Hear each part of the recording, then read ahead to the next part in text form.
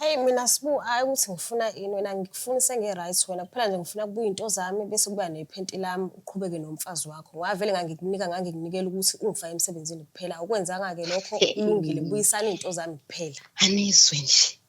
Ngangikunika nje kuphela ngoba angifuna umsebenzi. Yebo baba. Baba. Indaba uthanda uhlezi njalo uhlale ukukhuluma njalo ngoba siyayikhuluma lento lena nabakhongi nomndeni yadlula lento lena manje lokhu usibuyisela back to square one isithathe sibeke lento ethandeni lethu bantu leyo ngoba ngingafanga nginikeze le ntombazane yokuhlupha lana into zayo iphume endabeni yokukhuluma ngithi yazi ngozwana nokukhuluma mina awuzwani nokukhuluma mfethu kodwa uyazwana nokulifaka ulifakile manje so njengoba ulifakile-ke kufanele uzikhiphe kule nto yona msonwena angijwayelile mina kabi yazi angicasule-ke mina awulifakanga mfethu ngiyakusukela mina siyakusukela indaba lokuthi buyele emuva yonto ngifonelelayo ngomtshalo amathimba musuke ungithuka mfethu yazi mfethu mina kodwa ukuthi nawe ungithatha kancane nawe uzongifaka uzongitshela lonto phambi komfazi wami ukuthi umfazi wami angithathe kanjani umfazi wakho akazini ukuthi wena wadla ingane uyithembisa umsebenzi akayazi lo sadlula nje lapho wemama azange lidlule kulonto sayikhuluma sayiqeda sadlula baba naye lo akamusu lokho enginaka nalo priest wakhe angaze lokho azongitshela ngephenti mina ngitshela ngalento enesikofu esinjengaphansi iyageza yona lento le manje mekuthi solibone nesikofu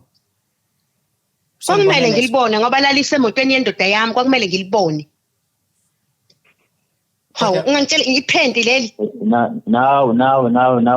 Themba nawe bangistress nawe ngokwakho indaba nginikeze umuntu into zakhe siphume indaba nokukhuluma sibonela yilabantu laba engangahlangani ngisho nabo ngoba manje ngisabe ngiphumulile manje ngikhathele mayeze Themba baba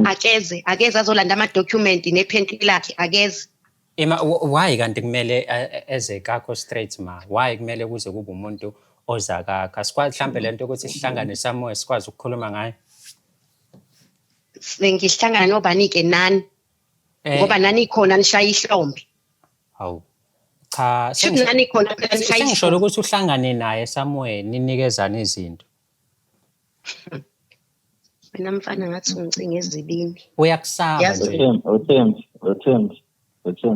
baba indaba unganikezi le ntombazane ukukhuluma manje isibusiso zafike kwami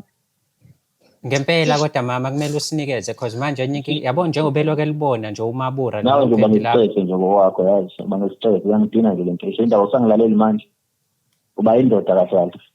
wena baba buka wena uxabana nonkosikazi wakho uyeka umuntu isikhebe uyeka upriest